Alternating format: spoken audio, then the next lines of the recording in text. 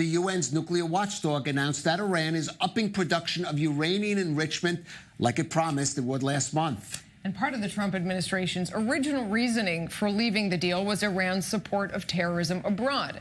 And it was reportedly just months after the nuclear deal was signed that the UK uncovered a massive weapons stockpile on its soil linked to Iran and kept it under wraps. Our defense correspondent Daniel Tzemach has that story. Was Hezbollah planning an attack in the heart of the United Kingdom? The militant group based in Lebanon was linked to a thwarted terror plot in London back in 2015. Only now it's being revealed to the public. That's according to a report released Monday by The Telegraph, which states that 4 years ago, British intelligence uncovered and seized 3 metric tons of ammonium nitrate from 4 different properties in northwest London after a tip from a foreign entity. The plot was thwarted in early stages. The UK was aided by Cyprus as well as the United States, where Hezbollah had attempted to execute similar terror plots in the past. It's not surprising because Hezbollah has been involved in several operations in Europe or attempts to do operations in Europe, not only in Europe, following the assassination of Mornia, which Hezbollah vowed to take revenge of. And indeed, in 2012, they carried out operation in Bulgaria. They were attempting to do other operations, or at least prepare for it, in Cyprus. But the quantity of materials exposed by MI5 suggests that there was a more sinister plan in the works. We know from the past that Hezbollah used these kind of materials to build up bombs. For example, in Bangkok, they found a truck loaded with ammonium nitrate and other stuff that were supposed to make it a large bomb. So we have precedents. Hours after that report was released, here in Israel, media outlet Ynet spoke to different Israeli officials who said that it was Israel's spy agency Mossad who tipped off the MI5, which led them to the ammonium nitrate. Daniel Tzemach, I-24 News, Tel Aviv. And joining us now is Fred Burton, Chief Security Officer at Stratfor. His fourth book is Beirut Rules, the murder of a CIA station chief and Hezbollah's war against America.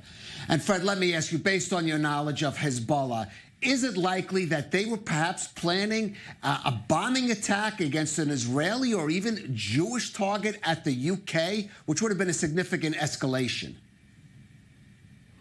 I think it's highly probable that the ammonium nitrate explosives was placed there in a safe house for on-the-ground purposes, in essence, for future plans in the event of hostilities breaking out with Iran. Fred, what is known about the system of funneling money or funneling weapons to Hezbollah cells, which are scattered around the world, in places like this, no less, in the middle of a Western democracy?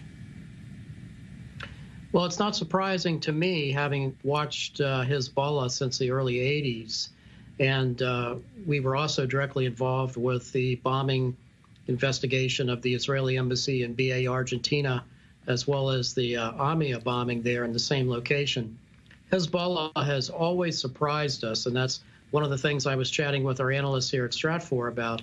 They have a global reach. They have capabilities of carrying out attacks literally anywhere in the world. And surprisingly, they have always kind of shocked us with their ability to strike where we least expect it. Fred, of course, Europe, the EU, they distinguish between the political wing of Hezbollah and the military wing, the political wing of the military wing they consider terrorist, the political wing don't. Do you think that kind of action influences Hezbollah's decision to perhaps operate on European territory with an action like this? I do. I think the political will there needs to be to look at Hezbollah as exactly what it is, and that's a terrorist organization. I've looked at them again since the early 1980s, and literally, if you just look at the history of the organization, they have a very capable and robust capability of striking American and Israeli and Jewish targets literally all around the globe. So, Fred, if we're talking about the political will and that impact, we know that the Trump administration has upped sanctions on Iran and on its proxy, Hezbollah. They're trying to tighten tighten sort of up the flow of money. Do you think it's working? Have you seen any kind of impact, or do you think it could have impact on the money and weapons getting to a group like that? We see different assessments here at Stratfor, meaning we see some evidence that the sanctions and the restrictions are having an effect. On the flip side, we've seen other angles that it hasn't.